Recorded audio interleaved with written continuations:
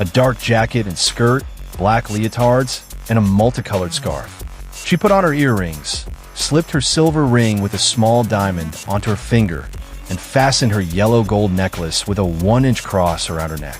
Every detail mattered to her. She was a careful, thoughtful child. Now, here's where the story takes its tragic turn. Maurice had a special mission that morning. Her teacher, one of the nuns at St. Joseph's, was celebrating a feast day, and Maurice wanted to honor her with a gift. Being the sweet, selfless girl she was, she carefully selected 2 cans of fruit from her father's grocery store.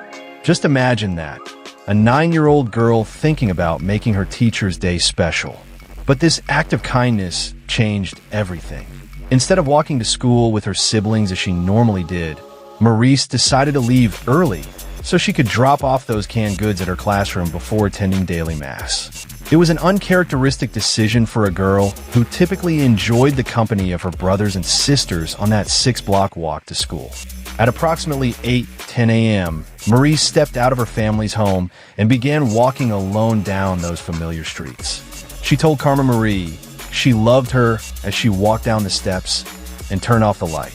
Carmen Marie, still sleepy, told her sister she loved her too.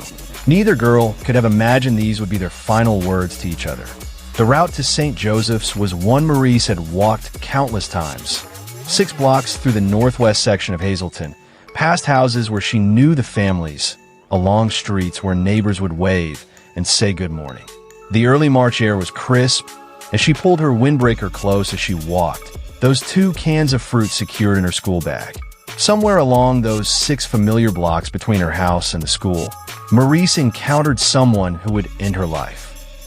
And for nearly 6 decades, what happened during that walk would remain one of Pennsylvania's greatest mysteries. If you're finding this story as compelling as I think you are, do me a favor and leave a comment below. Tell me if you remember this case, or if you have memories of what small-town America was like in the 1960s. Your stories and memories matter, and they help keep the conversation going about cases like Maurice's. At school, the nuns noticed when Maurice didn't arrive for daily mass. It was unlike her.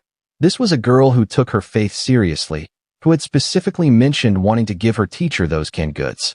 When lunchtime came and went without Maurice returning home, her absence became impossible to ignore.